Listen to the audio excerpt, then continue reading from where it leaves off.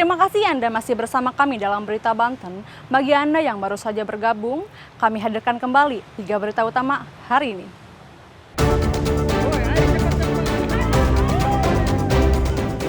Garap lahan negara, petani di Lebak diusir kelompok preman bersenjata tajam.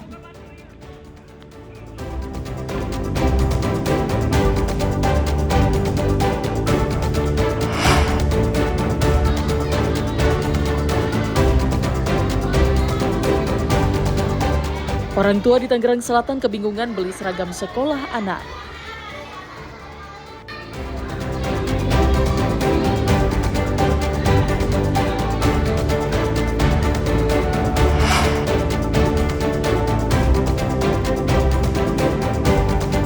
Sengketa lahan SD Negeri Kuranji belum berakhir, gerbang sempat kembali disegel.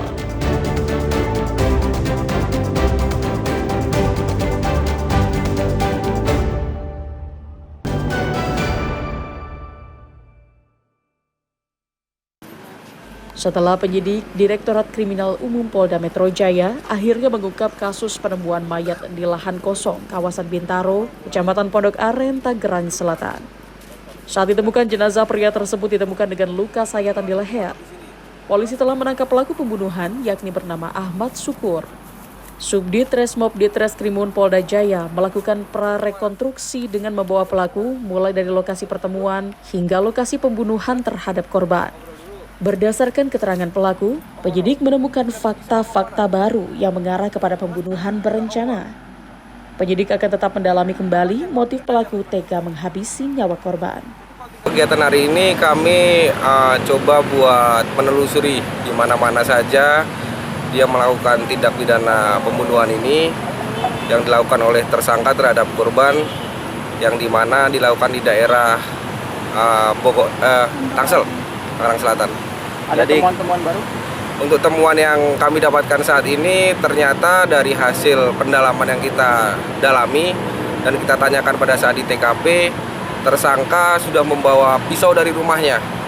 Jadi korban sebelumnya diajak ke rumahnya, habis dari rumahnya korban sudah ada niatan, tersangka sudah ada niatan membawa pisau untuk langsung datang ke TKP dan melaksanakan eksekusi untuk menguasai hartanya.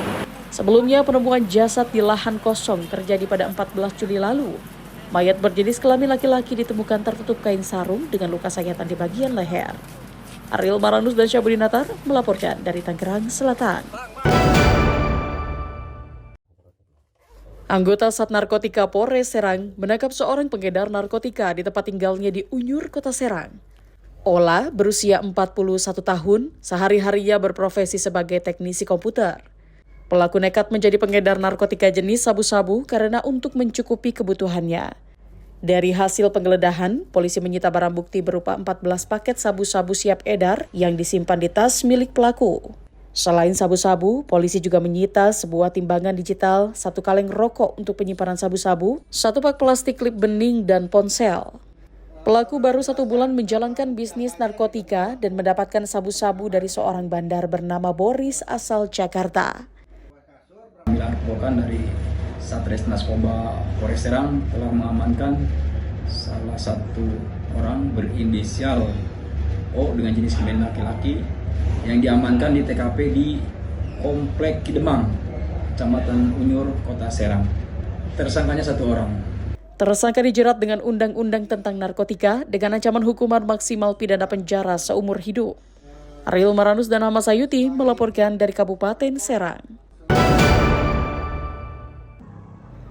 Sengketa lahan Sekolah Dasar Negeri Kuranji ternyata belum berakhir. Setelah sempat dibuka oleh Wali Kota Serang, pihak yang mengaku ahli waris lahan kembali menyegel gerbang utama SD Negeri Kuranji. Namun penyegelan yang dilakukan oleh ahli waris tersebut tidak berlangsung lama karena pagar bambu yang sebelumnya menutup gerbang telah dibongkar. Kawat yang mengikat pagar sudah tidak terlihat. Aktivitas belajar mengajar kembali berjalan normal dan murid-murid tampak bebas bermain di halaman sekolah. Kepala SDN Kuranji bersyukur dan lega atas pembukaan segel tersebut. Namun ia mengungkapkan bahwa pihak sekolah tidak mengetahui siapa yang membuka segel tersebut. Sebelumnya, para dewan guru dipanggil Wali Kota Serang, Budi Rustandi, untuk mendapatkan motivasi dan dukungan moral agar tetap menjalankan tugas sebagai tenaga pendidik. Kekhawatiran masih membayangi pihak sekolah jika suatu saat segel serupa kembali dipasang. Kini kegiatan belajar mengajar di SDN Kuranji kembali berlangsung seperti biasa. Sama saya sebagai kepala sekolah sangat senang sekali. Mudah-mudahan nanti ini akan dibuka seterusnya seperti itu, jangan ditutup lagi. Kalau kemarin kan sempat ngadu ya ke wali kota, ke kantornya, itu respon dari wali kota itu? Kami bukan ngadu ya Pak, kami dipanggil sama beliau. Alhamdulillah Bapak Wali Kota tuh sangat memperhatikan tentang pendidikan ada di Kota Serang. Dan alhamdulillah juga beliau memberikan motivasi dan penguatan kepada kami agar tetap terus berjalan menjalankan tugasnya. Saya sebagai kepala sekolah memotivasi guru-guru, menyemangati guru-guru dan juga anak-anak di sekolah agar kita tetap belajar seperti biasa, seperti itu. Pihak sekolah berharap insiden penyegelan ini menjadi yang terakhir agar proses belajar mengajar tidak kembali terganggu. Kepastian hukum dan perlindungan terhadap lembaga pendidikan pun diharapkan menjadi perhatian bersama. Ariel Maranus dan Revi Nugroho melaporkan dari Kota Serang.